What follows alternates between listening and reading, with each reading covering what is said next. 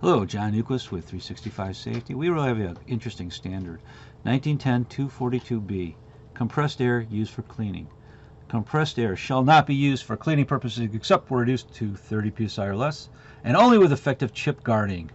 That's a big deal because a lot of people don't know what that means.